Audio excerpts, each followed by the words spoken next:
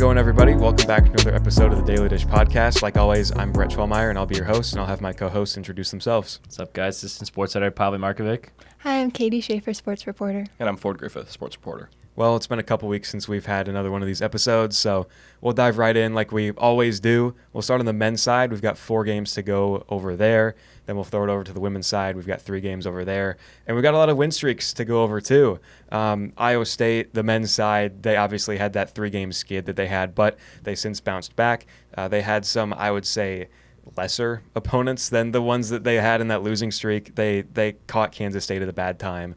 Road games against Arizona and Kansas, like we talked about before. But the winning streak started back at home against TCU. College game day was in town. It was a big scene. It was a big deal. And Iowa State pulled it out with a 30-point win. It was really impressive. Very impressive. And I know this podcast will be a lot more positive. Going back to what we were, last one was very kind of negative and sad just because of the way the teams were playing. But now it's getting better. They actually got back to their winning ways. And starting with the TCU game, I feel like game day, I think, really rejuvenated this team. I think played a part definitely in it, even though obviously it happened before the game and then they got torn down right before the game. But still, I think having them there, having him here finally in Ames is huge. I think how many years it's been since they were here?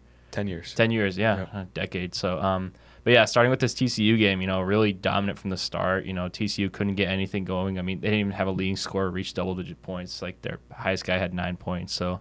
And especially, they just shot really well, nearly 60%, and then 47% from three-pointers. So, everything was working just like how it should be. Yeah, this was just Iowa State's defense doing what it always does. I mean, they were just stifling both ends of the floor. The thing that kind of stuck out to me, though, was TCU had 16 turnovers. Iowa State still had 15 of its own, but still managed to get past that 80-point threshold, which I thought was really impressive. It's when they were able to get shots up, they were making them. I mean, they shot nearly 60% from the floor, led by Curtis Jones, who we saw had kind of a slump over that losing streak. But this was a game where he really kind of came back into his own. He was 5 for 6 from 3, led the team with 24 points. So right around to his previous season or career high before he had that Arizona State game, which after that one was where that slump kind of started. Now it looks like he's back. He's making his shots.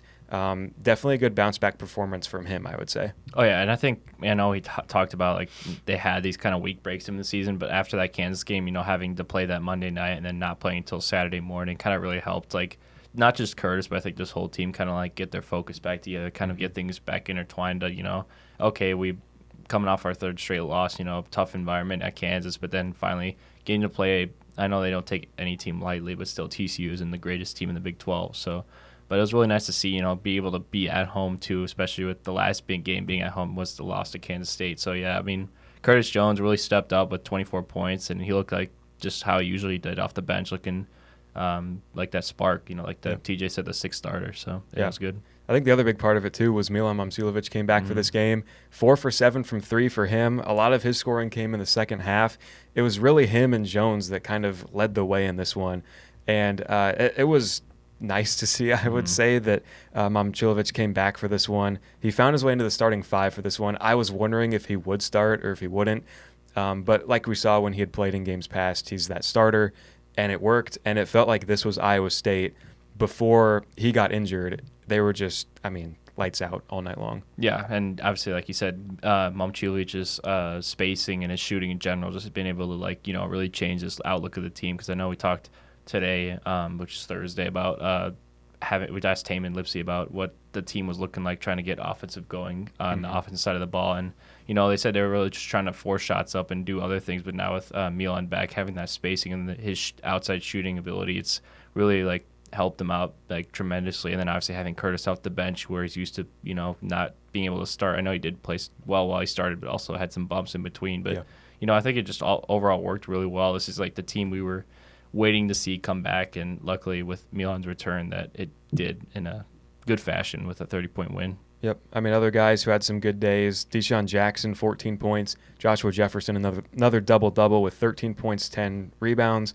A guy who kind of had a bit of a quiet day, but I'd say a really good one overall, Keyshawn Gilbert, 8 points, but he led the team with 8 assists, and he had 4 rebounds on the defensive side of the floor. So I thought that though Gilbert's production in this one didn't seem like a whole lot, I think that the other things that he did in the game really made up for that. Oh, yeah, I agree. And I know, like you said, he didn't score much, but really passed the ball. But one of those things that he didn't really do well was his turnovers. Yeah. And it's been very apparent these past couple of games. He's been more turnover-esque with the ball. He's not really trying to protect the ball, make the good passes. And, like, I know he obviously drives a lot, but still, like, being able to, like, maybe tone that down a little bit would really help just because, you know, some key possessions were being lost because Keyshawn was trying to make a move that he thought he could make and just didn't end up working out. So, but yeah, no, I mean, Keyshawn still played, I think, really well. Not in this TCU game as well as the next couple of games we're going to talk about. It's just, you know, cleaning up those turnovers is really big because, you know, TJ just preaches about no sloppy turnovers. Yeah, and the next one of those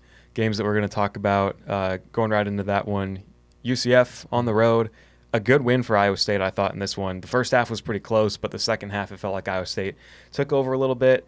Just handled business against a UCF team that looked pretty strong, I would say, to start the Big 12 season, but has since kind of fallen off a little bit. This one might have been viewed as a trap game, but I felt like it was a good win for Iowa State, given that they had lost their past 2 road games heading into this one. Absolutely. You know, I know that first half was really close. I mean, Iowa State only held a 2-point lead over UCF, but that's just what you're going to expect at these road environments in the Big 12. Like, the Big 12 just kind of stands alone with these road environments. They're always going to bring it no matter what the team is. Like, you could be at the bottom and the students and the general fans that are going to rock the arena, cheer for their team, and it's going to make it difficult on the away team no matter how highly you're ranked. So, but for Iowa State to win by 12 at UCF, who's, like you said, not really been great since the beginning of the season, is pretty big, you know. And you talk about Curtis Jones, second game back off the bench, didn't really do a whole lot, 10 points, but still made it up in other ways, you know, 6 rebounds, 5 assists. And, I think it was really mainly part of just finding the right shot, the right opportunity. Yeah, I think the guy that was maybe a little underrated, or I feel like should be praised way more for how he did in this game, is Brant Chatfield. Yes. Chatfield had so many plays where it looked like, 3 offensive rebounds. That was tied for the most with Joshua Jefferson. And it feels like those guys inside are really, you know, controlling the offensive glass. And it's something that TJ talks a lot about, of controlling the offensive glass, getting those second chance opportunities. There was one where Chatfield, it looked like, might have like dove on the floor or something or got a rebound, kicked it out to Jones. Jones didn't shoot great from 3, but that sequence where he made one of those, that was at a point where it felt like a kill shot. Yeah, that was really like what you said, the kind of like ending shot right there. You know, UCF kind of tried to stay in the game, but couldn't really like officially get it going because I know Keyshawn Hall obviously led the way again for the Knights, 22 points. Yep. And, you know, he's been a rising star for this UCF team and just the Big 12 too. He's kind of just being like that, not really noticed in the Big 12, but he's kind of being, like I said, that rising star. But, yeah, I feel like everyone else on UCF just couldn't really get it going. And it was props to Iowa State's defense, really held them down to not really get shots going in the second half, and that's what ended up being the force to get this win. Yep. They really attacked inside in this one, it felt like. The threes weren't falling like they usually do, and this team just still found a way. They found a way to just get a road win that they probably needed at this point in the season. Moving on after that one, home game against Cincinnati, struggling Bearcats team, below 500 in conference, and again, it was the Curtis Jones show in this one too. Absolutely. You know, it was fun to watch, and I know since I felt like going into this one, you know, Cincinnati being a preseason ranked team going into it, I know they kind of did have struggled this season, but, you know, I felt like that this could have been like one of those Kansas State-esque games where it could be a trap game, but, you know, they did keep it close, to be fair. Like, you know, first half was tied 39 apiece, so, but, you know, in that second half, just Iowa State was able to hit more shots and go down, and it really came from the free throw line. Like you said, Curtis Jones might have struggled from the field, 4 for 13, 2 for 8 from 3, but free throws, 12 for 12, man. That consistency is killer. You know, you want to be able to make those free, they really call it free throws, so you'll get those free points, and that's what helped. You know, those 12 points right there really won them the game because they only won by 11. Yeah, they shot 19 more free throws than Cincinnati did, and Cincinnati was hitting them. They made 9 of them, so they had a really good percentage. So it feels like maybe if Cincinnati hit some more, then maybe they could have came back into the game. 11 points is still kind of a lot when it comes down to that. But Iowa State, this was the most free throws that they shot in a game at this point in time.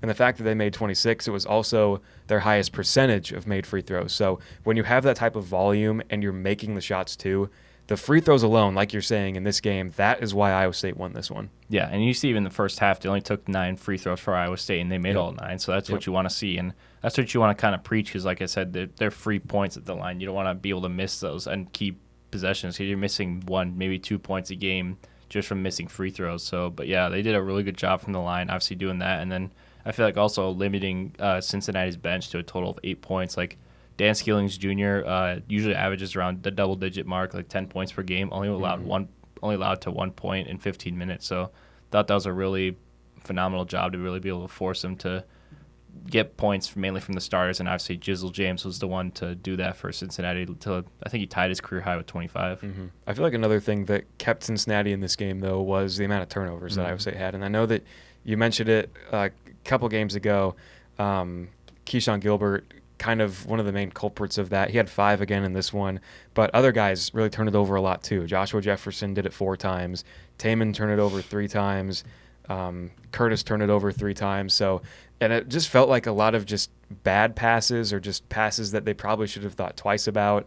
I don't know if it was just like a cutting issue or just the passes were just off the mark, but that kept Cincinnati in the game. But then when you look at like the points off the turnovers, that's where Iowa State had its advantage. So that was another thing of like you're kind of counteracting your mistakes with capitalizing on theirs. Yeah, absolutely. Like, you want to limit these bad passes because, like, it seemed like on some possessions, it could get a bigger lead on Cincinnati or try and try and get ahead of them, but still, like, bad passes are like missed, like couldn't catch the ball and like obviously it goes out of bounds and then gets called the other way and it gives the other team the opportunity to try and answer. So, you want to kind of clean that up. I know it still kind of happens, like just in general, like generalities of basketball, it kind of happens, those sloppy turnovers, but you kind of want to have to clean that up, especially going late season. I know we're going to talk about Houston later, but can't have those against that type of team. Yeah. Another game that going after that one. So, again, big win over Cincinnati, 3rd win in a row. 4th win in a row just came over Colorado, 3rd time that the Cyclones and Buffaloes faced off this season. Going into this one, I had no doubts that Iowa State would win this one. They blew them out in Miami. They battled back to beat them on the road to start true Big 12 play. And, I mean, they just really took care of business. And it started right away. 20-5 run in the first 10 minutes. Like, it felt like it was out of reach at that point. Yeah. And at first I think you meant Maui, not Miami about the tournament, but yes. Maui. Yeah, right. Like you said, right away, I think Colorado scored the first bucket of the game, but then after that, Iowa State went on. It was funny, 2 separate 10-0 runs because I think it was a 2-pointer from the beginning of the game, or no, 2 free throws, and then 10-0 run, then the Colorado player hits a 3-pointer, and then another 10-0 run to get to that 25 mark. And that was really a phenomenal job to be able to go on those runs to stop them from scoring points too from the other end too, and being able to convert on their end. And I know the scoring really seems like spread out a lot. No one was really like, you expect to see like Curtis to get like 20 plus points. He didn't do that. He even reached the double-digit mark, but it was really just a controlled game, mainly from inside too. Deshaun Jackson and Milan Momcilovic tied the season or scoring for Iowa State with 13 points each, and then you see Taman and Joshua Jefferson tying for 12. So I think it's just a all around effort, not just like one player, seeing the ball go through the hoop more. Yeah, I feel like a big part of that from Chatfield and also Nate Heisey, who had a season high 11 points, which was probably a really good confidence booster for him. He made 2 of his 3-point attempts, shot 4 for 6 from the field. So it feels like he's starting to get where people wanted or expected him to be throughout the season. I just don't know if it's, again, I feel like it's been that confidence issue that he's been having with himself of maybe he doesn't know if he can, make the shots. It feels like he's been passing on opportunities, but when he does shoot the ball, it tends to go in. So I feel like he's just got to trust it, and we're going to see more performances out of him like this one. But it happened because Curtis Jones picked up those 2 early fouls, and that really kind of put Iowa State in a hole personnel-wise or like substitution-wise, I thought, even though they were still in the midst of that 20-5 opening run. When Curtis was taken out of the game, Heisey was the one who had to really take over, and I felt like he did a solid job of that. Yeah, and I feel like this is one of the best times for him to be able to like find his confidence from the shooting stride, because he's able to do it at Northern Iowa. When coming in, he led the Panthers in scoring, and you kind of wanted to see that more. I know he's more defensive focused, it seems like, on this team. Pass first instead of shoot first, but you got to develop that shot because coming down later in the stretch, say the Stars are struggling, you got to go in there to try and get something going, especially with tough teams against obviously this Houston game on Saturday, and then going to these tournament games, like you need someone to come off the bench and be relied upon. So hopefully Heisey continues this trend of being able to put more confidence in his shot and actually taking the open shots when he has them and not passing it off first to try and let somebody else do it, and you try and make a cut or something and see what happens. But yeah, also talking about something else in this game, the foul trouble. Oh, for yeah. both I was going to bring teams. that up too. When we were talking about it. Yeah. 45 combined total fouls for both teams. Iowa State was called on 20 and then 25 by Colorado. And, it was a lot of physicality in this game, just being able to get calls called on because 45 fouls. But I think it was a really good job by Iowa State to really force the script on Colorado to get called fouls. I mean, they had one player foul out, and then 2 players got nearly fouled out, or 3 actually. And then for Iowa State's sake, Deshaun Jackson did foul out late, but he was also they were also trying to do the same thing, and just Iowa State got the best of Colorado. Yeah, the big men for Iowa State were really down there in foul trouble, like you said. Jackson fouls out. Jefferson's a foul away. Chatfield had 3 fouls. And again, I'll bring up the Heisey situation with Curtis Jones. When guys, it's probably going to happen when it comes to postseason play. Guys are going to get early fouls. Foul trouble is going to happen. So for those guys on the bench, like Heisey did, they have to step up in those moments. Like, okay, my team needs me right now because this guy can't play right now. We've got to sit him because he's in foul trouble. So when you kind of take that into account, it's like that next man up mentality has to happen every time. And at the same time, you've got to try and limit the fouls. I know it's hard when officials are basically calling everything like they were in this game, but it's just something to think about, going forward probably. Yeah, and I know sometimes it's kind of hard to tell. I mean, you can kind of get it going early to see what the refs are more tending to either let the players play or call each and every time they touch a player. So this one seemed like more than likely they were just calling anything that involved contact, but still, like, some of these fouls are obviously kind of obvious, but still can't really have, like you said, kind of having like Heisey and those other guys step up in the moments when you have guys like Curtis Jones, who's been such a valuable piece of this team, having to sit on the bench because he was called for some early fouls. Yeah, I'll just leave it with we'll head over to the women's side in a second here, but 4 big wins. Iowa State on average, they scored nearly 80 points across these 4 games. In all these 4 games, they had 4 or more players score in double figures, and on average, they held their opponents to 63 points. So you're outscoring your opponents by 17 across these games. You're having multiple guys scoring double figures. It feels like Iowa State's going to have a lot of momentum heading into a big game against Houston. But before we get to that, we'll head over to the women's side, and they're kind of riding a win streak of their own. Yeah, they've won 4 straight now, and very similar to what Brett said, they've beat teams by quite a bit. They beat Colorado by 30, Kansas by 13, and beat Houston by 11. But they've been rolling, and they're heating up when it's most important. Yeah, starting with Colorado, we won 86-56. This was a dominating game to start off with. In the first quarter, we had 29-9, which is crazy.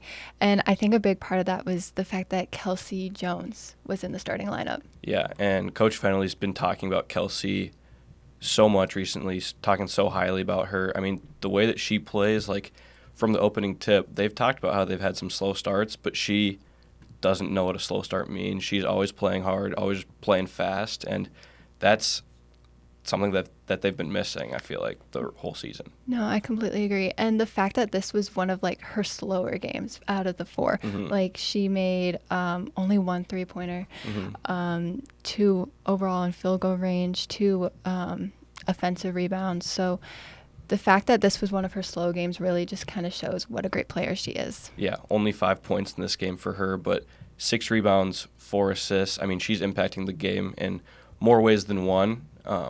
And then obviously Audie had 33 points on 75% shooting. So having that kind of productivity from Audie is going to be, I mean, obviously the most important, I mean, going into these last few games, but both her and Addie had a double-double as well.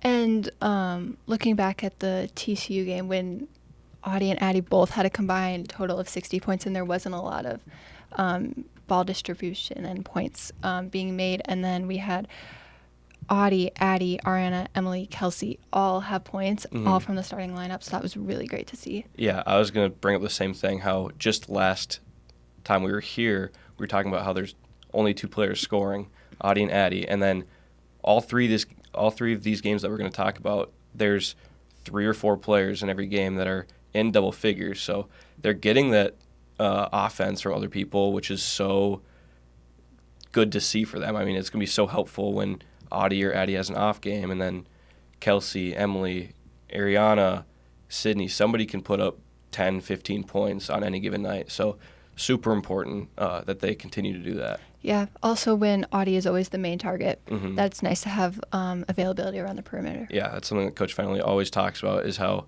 basically their game plan is going to be, we'll see how the defense guards Audie, and then we'll kind of go from there, see what we're going to do with that. So for sure going to be helpful with other people knocking down shots. Yeah, absolutely. And then a week off from games, a much-needed break for the Cyclones. But then they traveled to Kansas and picked up their second win over the Jayhawks this season. Yeah. They came off a week break, which was very much needed. We had like 3-4 players injured. It was desperate need. But looking at this game, I thought Emily Ryan was such a key piece. She really brought the early momentum, had a new season best of 20 points. And again, in the first quarter, they've really stepped it up, having those early leads, which was such a big problem early on in the season. But they had a 26-17 lead, which isn't like their biggest compared to Colorado, but it was still really super helpful. And talking about Emily, I mean, her last game played in her home state, like, she talked about how she'd have a lot of people that she knows in the stands. So her playing like that, knocking down 6 threes, having the performance that she did, I mean, that was super fun to see her have that kind of performance. I mean, Fenley's talked all year about how she's so smart with the basketball that sometimes she doesn't take shots because they're not the best shot looks, but she's that good that she needs to be taking some of those. No, and then Audie was only 5 points ahead of Emily, which just really showed how great Emily was. But Audie ended the night with 25 points, and again, with the even distribution and even playing field, we had so many people score points again, and most of them in double figures. Yeah, and I mean, it's hard not to talk about the three-pointers in this game. They shot 50% from deep, which was their third highest percentage of the season, with their most makes of the season, 18 for 36. I mean, shooting like that, you can't expect that, but having a game like that where it's like, oh, wow, like they had 3 players that made 3 or more threes. So that kind of shooting from everybody was super fun to see. Yeah, especially from Addie Brown, who almost had a triple-double. She was a 1 rebound away. She ended the night with 17 points, 10 assists, 9 rebounds. She was such a key player for this. And then I don't remember if this was the game where she filled in for point guard. I think that was Houston. I think that was Houston. Yeah, but she just shows how she can take on so many different roles. For sure. I mean, the way that she plays, she literally does it all. Like, you have players that you're like, oh, they do it all, but she actually does it all. She can play 1 through 5, maybe not center, but, I mean, she can literally play anywhere on the floor and matches up well defensively. Although she sometimes doesn't look like she loves playing defense, she's still pretty good. She, I think, might have the most blocks, or tied with Audie or something. But, I mean, the way that she plays is so key for this team. Even the Houston coach just last night said that Audie is so good, but the reason that Iowa State is so dangerous is because of Addie Brown and the way that she can play in the post, play outside, play all over the floor. So she's definitely the key piece. Yeah, and then Ariana Jackson kind of fills in that defensive role that Addie kind of lacks. She only had 3 points, which is not surprising, but she always says that her defense fuels her offense. And she had 5 opportunities to score points, and yeah, she missed. It was an off night for her, but she's still such a key defensive player. Yeah, and with her now dealing with a little bit of a foot injury, that's going to be something important to monitor, because she is so key defensively. I mean, she, against TCU, was the person guarding Haley Van Lith most of the time. She guards the top player on all these teams, so getting her back and healthy is going to be also very important for this team. And then just last night, the Cyclones played Houston, beat them 64-53, 11-point win. It was a little underwhelming, in my opinion. I thought the Cyclones were going to have another 20-point win, but I mean, a win's a win. Super helpful heading into the last few games. No, I thought it was kind of a boring game, and they got really sloppy. in the last half. And honestly, it's okay because they were up so high and whatever, is an easy win.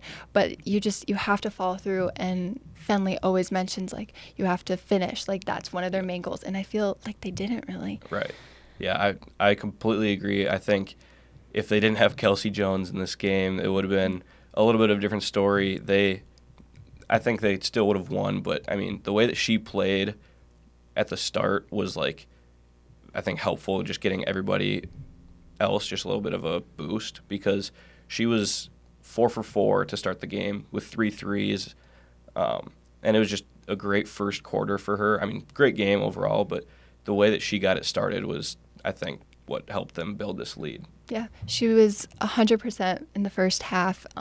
She ended the night with a new season best of 13 points, and that was higher than Audie and Addie by 1 point, which is crazy. But she has just grown to be such a great player. And then Audie and Addie both had 12, and again, we didn't see, it was pretty even points, but not as big, I guess. Yeah, I mean, the second half was tough to watch. The Cyclones shot really well in the first half. They were over 50% from 3, and had a 15-point lead at halftime. But the second half, it was just like they couldn't hit a shot. They couldn't hit a 3. They couldn't do anything. So the second half was just slow and a little bit sloppy. I mean, 17 turnovers for the Cyclones, only 11 for Houston. But, I mean, it's tough. I think they're going to try to take last night, today, and tomorrow to rest before Baylor. But, I mean, I guess a win's a win. It's helpful at the end of the day to get into the tournament. Yeah, and it also didn't help that Houston only had 6 players, which is kind of laughable. Yeah, but, I thought that by the third, fourth quarter that they'd be a little tired and Iowa State could run it up a little bit, but didn't really happen. I think they were both just done. But, I mean, I guess some general takeaways from those last few games. Kelsey Jones, over the last 4, is averaging 10 points and 6.75 rebounds per game, which is, like, miles larger than before that. And then Ariana's also averaging 10 over her last 3. So, I mean, having those players that we have talked about so much, like, it's going to be big. Yeah, and then we always say that Audie and Addie are the dynamic duo, but I feel like Kelsey and Ariana are really stepping into that role a little bit. They're such a strong little pair. Yeah. And I know Ariana's out, and I don't know if she'll play in the next game with her foot injury, but they're such good players, and it's so great to see them fill that role. Yeah, it's like Audie and Addie are the, like, star duo, but then Kelsey and Ariana are the, like, role player duo that, like, kind of stick together, and they both play super hard. It's fun to watch. And then 10-plus threes in each of the last 4 games, the longest stretch of the season, and 37% or higher in each one. So I think shooting from deep is going to be big going into the tournament. Yeah, and it's grown so much since the start of the season. And, like, when we were talking to them on media day and preseason, they said that 3-point shooting wasn't really their biggest focus. And now kind of seeing how much they've grown is crazy. It seems like it is, but those 3 games, big wins for the Cyclones, kind of building some momentum heading into the last few games and the Big 12 tournament, and then hopefully into March. All right. Well, how about we preview this week's games? And that starts with, I would say, the biggest game for Iowa State on the men's side this season. That's going on the road to number 5 Houston. It's a rematch of last year's Big 12 championship game. These two teams played each other 3 times last year. Both these teams are bringing back some pieces. Both these teams lost some pieces. I think the biggest thing that sticks out to me is that Houston doesn't have Jamal Shed this year. And another number that really sticks out to me that I thought was a little shocking the first time I saw it, ESPN's matchup predictor has Houston with an 80.6% chance to win this game. Oh. That's crazy, considering that I really feel like these two teams, when you look at them statistically, they're fairly even on just about all fronts. Yeah, and even they lost to Auburn, too, early in the season. So, but, yeah, I mean, Houston, kind of thinking that, they still be good next season, even though they lost Shed, but still they're just, like, been dominating. Honestly, I think they haven't been talked about enough, honestly. Credit to Coach Sampson, what he's been able to do with this Cougar team. But, just you look at their schedule. I mean, they've just been, besides the Texas Tech game when they only lost by 1 at home in overtime, but they've just been dominating the whole way. Like, I mean, only allowed 36 points at home against Utah. That's kind of crazy. Yeah. They are the best defensive team in the Big 12 by a large margin. I mean, you see West Virginia's second with 64.2 average points per game. Then Houston's next was 57.6. So you know it's gonna be hard to get shots off against this Houston team. I mean, they're just unbelievably good, and they scare me a little bit. I wish we did play them at Hill and just to give us a little bit better chance. But I mean, hey, never say never, because it's proven already by Tech that they can lose at home. But yeah, this one's going to be interesting to say the least. Yeah, I'll just throw out there, Iowa State has number 2 scoring offense in the Big 12. Houston has the number 1 defense, but Texas Tech, who has the number 1 offense in the Big 12, did end up beating Houston on the road. And remember, Iowa State beat Texas Tech on the road.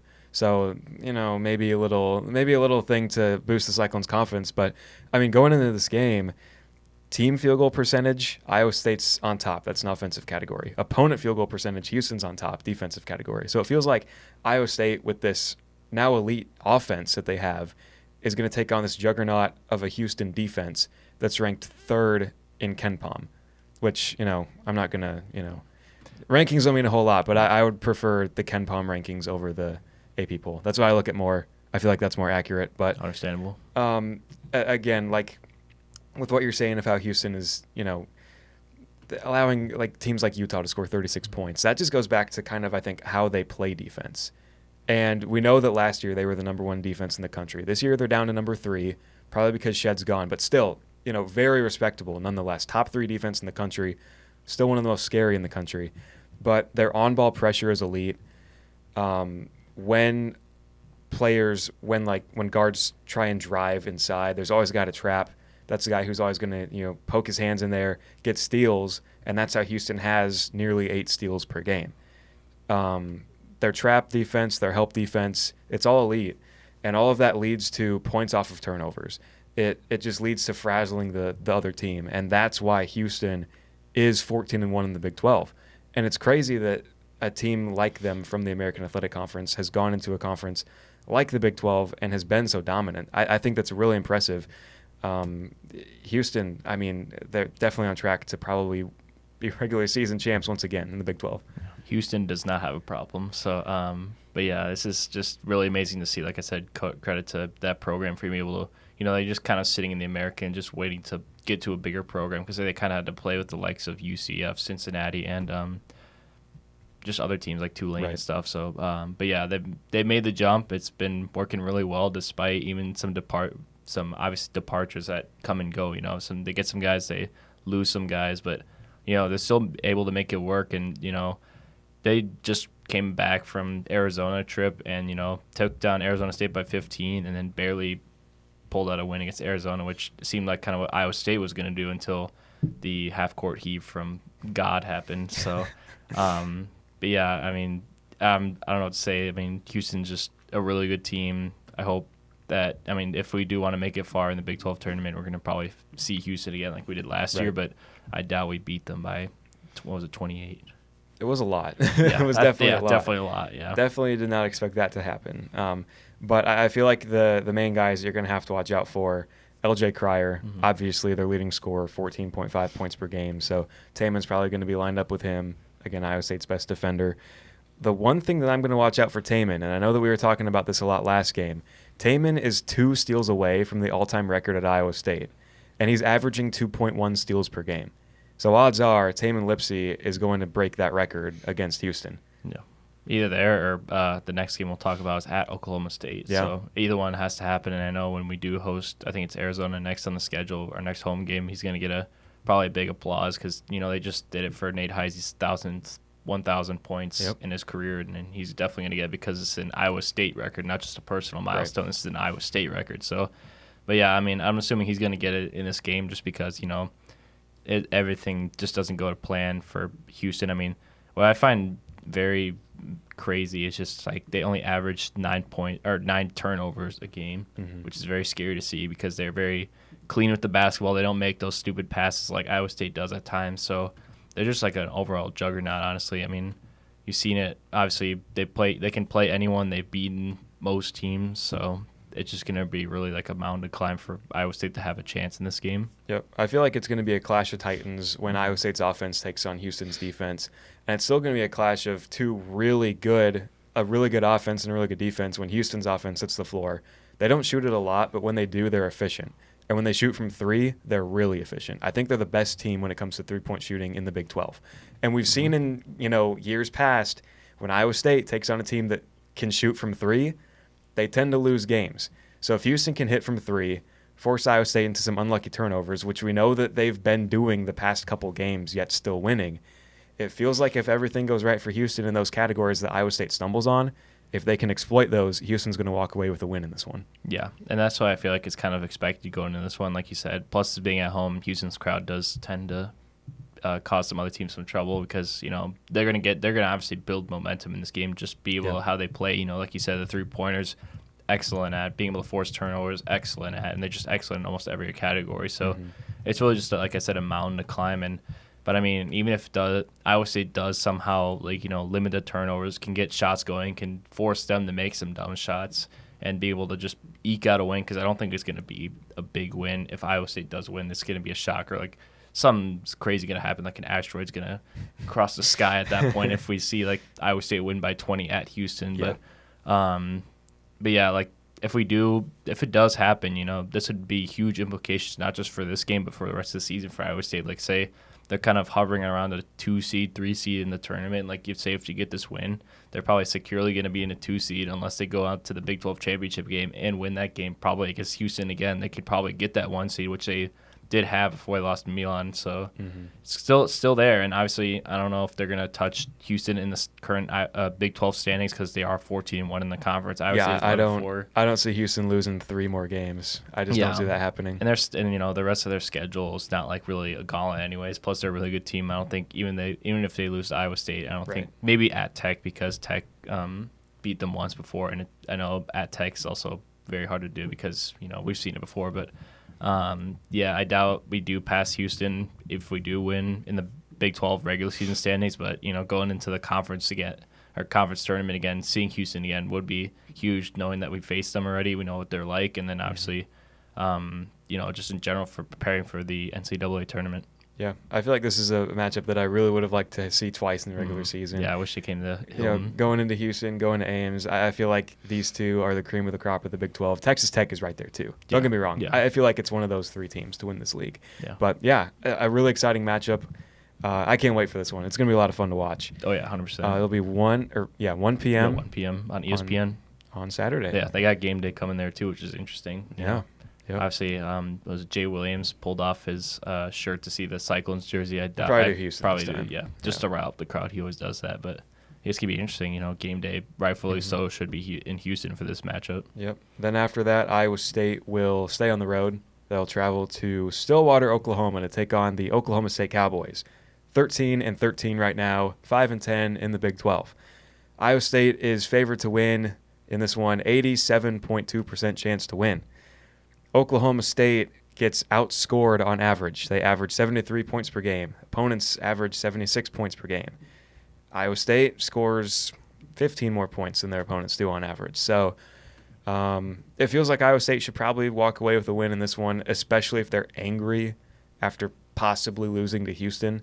It feels like this could be a good bounce-back win for them. But you never know. Oklahoma State could be playing for pride at this point, just trying to salvage something and ruin a chance at a top seed in the tournament for Iowa State. Yeah, and I feel like especially if it's a close loss, say it's like one of those buzzer beater losses like we did happen with Arizona, it's like deflating, and then obviously going into this one, hopefully it doesn't carry over, obviously with the, oh no, we lost, oh, what are we going to do going into this game? I guess we have to play them, but no, I mean, Oklahoma State, like you said, gets outscored the majority of the time. I know they just did beat UCF by 9, but UCF's really on a slide right now, and they beat them at home, and, it made me really wish that we played Oklahoma State on the road or in Hilton, because along with Colorado, they haven't won a road Big 12 game, so that would have been nice. But neither here nor there. We have to go to Stillwater still, but Oklahoma State still has a opportunity to play upset, like you said, like spoiler. But just depends on if they do lose to Houston, will it affect this team going into Stillwater, knowing that they still have some key games to win before heading into both tournaments.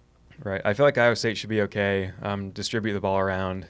make some threes, get to the foul line. They'll be fine. Oklahoma State has, looking at all the stats, put them together, either the worst or the second worst defense in the Big 12. So I'm not totally worried about this one, but again, it's the Big 12. Anything can happen.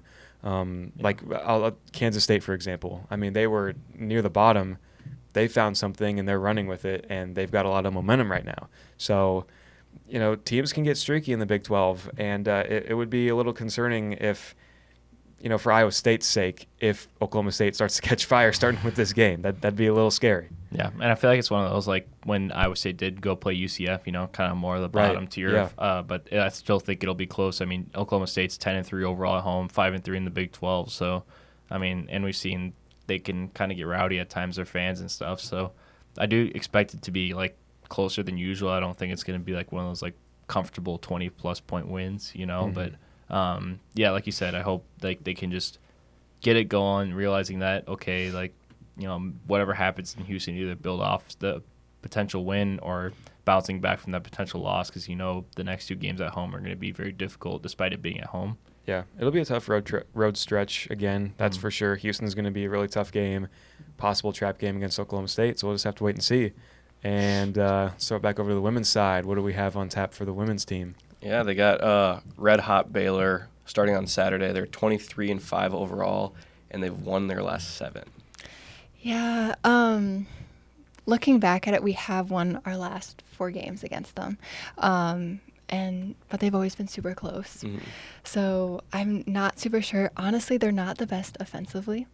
I've kind of noticed that, like, compared to us, just not the best. I think their defense is really where it's at. I think their defense is very good. I think that, they're holding teams to just under 60 points per game on 38% shooting. So they really try to get steals. They really, like, hound the ball handler. The way that they play defense is going to be tough, especially for someone like Reagan Wilson, who sometimes gets a little flustered with the ball. So I think the starters, if they're able to, will play a big majority of this game. Hopefully Emily is able to go for a long time, but, we'll see. Yeah. In our last matchup, they focused a lot on Audie. Mm-hmm. And like we talked about before, we don't really know how our offense is going to play until we see what their defense is like. Mm-hmm. So I think we can prepare all we want, but it's going to be whether or not they guard Audie or what their whole defensive stance is. Mm-hmm. And like you mentioned, Iowa State's beaten Baylor in, the last 4 times they've played? Mm-hmm. And one of them was the Cyclones upset number 4 Baylor at home last year and then beat them in the Big 12 tournament. So I think Baylor will have a little bit of a chip on their shoulder, but the Cyclones don't have, like, a statement win yet. They don't have a ranked win. I think they're 0-7 in quad 1 games. So it's one of the last chances that they have to really pick one of those up and build their resume going into March. So I think both teams will come out with a lot of energy. No, I think based off yesterday's game, this will be definitely a better game to watch. Mm-hmm. But like you said, it's going to depend on how well we play. Yeah, and Baylor most recently beat Colorado by 24. The Cyclones beat Colorado by 30. So I think it's more evenly matched than a lot of people are chalking it up to be. On ESPN, it's giving Baylor an 82.4% chance to win. So, Baylor's favored, which also might give a little bit of, whatever material for the Cyclones to really come out and try to upset them, give them that statement win. Mm-hmm. They also have really experienced players. Mm-hmm. Like, their whole starting lineup is either seniors or graduate students, and we only have Emily, which not saying that's a bad thing, but again, we don't have so much experience on our team. Yeah. So that's definitely also going to be a little bit of a favor point. Yeah, they have a ton of older players, and they essentially have, like, 6 players scoring in double figures. Like, they don't have anybody that's scoring a ton every single game, but they have, like, all 5 of their starters are, like, right at 10, a little bit above, and then 1 bench player with 10. So there's not really, like, 1 or 2 people that the Cyclones can game plan defensively for. So they don't really know who's going to come out shooting well. Yeah. And then the Cyclones stay on the road, take on UCF. And the last time the Cyclones were matched up with UCF, Iowa State won by 34. But UCF was also missing a few of their top scorers. Yes. This is also UCF's senior night, which I don't know how that will play out because, again, emotions will be high, and you're going to want to play better on your senior night. And, For like, sure. I don't know, there's always a reputation that you play, like, not the best teams on your senior night because you Yeah. want to win. So I don't really know how that's going to play out either. For sure. And, I mean, Caitlin Peterson and Emily Rodriguez are the two who are their top scorers that didn't play against the Cyclones before. So I think seeing how the Cyclones guard them or anticipate they'll play will be big. But, I mean, I don't think it'll be enough to take down the Cyclones, Audie and Addie. They didn't really have anybody to guard them. No, I think this is going to honestly be a really high scoring, not like we're going to beat them by a lot. Yeah. So I think I don't know, I feel like they lack in a lot of areas, and it'll kind of be a way to kind of experiment more with like our change in rotations and whatnot. So I think it'll be a good little easier game to win. For sure. And, I mean, you say that, but then again, like kind of like the men's team where it's Oklahoma State should be a win, feels like a gimme, but like a win wouldn't boost the Cyclones' resume that much, but a loss would like completely take them out of the picture. So they can't take it lightly. First half, maybe try to run up the score a little bit, and then in the second half, more so play with the lineup, see what they can do. Right, but again, if we get sloppy, it's going to be over for us. Yeah, for sure. How about a little bracketology to finish off the day again? Let's do it. All right. So men's side, both of these came out, men's and women's, on February 18th. Today's February 20th. Iowa State up to a 2 seed again. Houston is also a 2 seed right now. So a lot of implications for bracketology in that game. Two seeds facing off against each other. Should be exciting. Iowa State right now a 2 seed. They'd be playing in Milwaukee, as it is right now, in the South region in Atlanta. The 1 seed in that region, Auburn. Yay. I do actually favor that, I'm not going to lie, over Florida, Bama, or Duke, because we faced Auburn before. We've had them on the ropes for most of the game in Maui, but, they were obviously the better team at that point to come back and get that last-second bucket to win it. But I do think this is favorable. I do wish they were in a Midwest bracket in Indianapolis so that we were able to go to that if they do make it out of Milwaukee. Well, swap Iowa State and Houston. Just do that. But I know please. If that happens, the first round would be in Wichita instead of Milwaukee. But Midwest. Yeah, nonetheless, I do think where they're sitting right now, the 4 teams in the bracket where they're at. So Iowa State would play Bryant, 15 seed, and then to play the winner of St. Mary's, Josh Jefferson's old school, or the Texas Longhorns, former Big 12 team going in the SEC. So. Yeah, that would definitely be interesting, but I feel like Iowa State should be able to handle that first 4 group easily. Yeah, I'm not too worried about that part. No. Going forward, though, I feel like Wisconsin, they're the 3 seed right now, and they'd be playing in Milwaukee. I feel like with their fans, it'd be close for them. They'll get through there. It's happened before where we beat them in Milwaukee. Yeah, so. yeah. I mean, they wouldn't play Wisconsin in Milwaukee, No. but Wisconsin could roll through there. Gonzaga could upset Auburn. Throwing that out there, they're the 8 seed right now in that region. And then probably St. John's takes it as the 4. I think they've been really underrated this year. But I like how this bracket, works out for Iowa State. Yeah, Absolutely, looks solid. I'd take this if it started today. Absolutely. I'd give it probably the best shot right now to get to the Final Four, just being able to play Auburn, who they've played before, not Alabama, Florida, or Duke, right? who they haven't. Yeah. How about the women's side? Well, at one point, the Cyclones got off the bubble, got up to a 10 seed, and with the 4-game winning streak, you'd think they'd move up, right? Wrong. Back on the bubble, 11 seed, set to take on Virginia Tech in the play-in right now. Honestly, it's fine. I mean, it's better than previous matchups, like with Iowa. Yeah. I think we can handle it. But again, we've never had a big win. Yeah. So we'll see how that plays Need out. it. Need one. Yep. At least one. I think it's interesting how that one works out. We were talking about this earlier. Should Iowa State beat Virginia Tech, they take on Michigan. Should they upset Michigan, they'd probably take on North Carolina, which is where Lexi Donarski is at right now, former Iowa State player. So I think it's interesting that there's kind of like these ties to like Iowa State players for both the men's and women's of like their former school or their current school. So I feel like there's always something that happens like that with bracketology. For sure. Yeah. It would be cool if it stuck, but, with everything that ends the season, I doubt all of this stays the same, honestly. Because, some teams could lean a certain way. You don't know if they're going to lose, or some teams are going to go on a hot streak. So this is kind of just a general basis right now, just without factoring in the end of the season. But I do like where both teams currently sit right now. With I know the women's, I wish they were higher, but 11's not bad. So I mean, Saturday is going to be a big day for both teams, taking on 2 ranked teams on the road. in Texas, Yeah. Well, the Longhorn State, the Lone Star State. we don't call it the Longhorn State; it's the Lone Star State. Longhorns aren't here no more.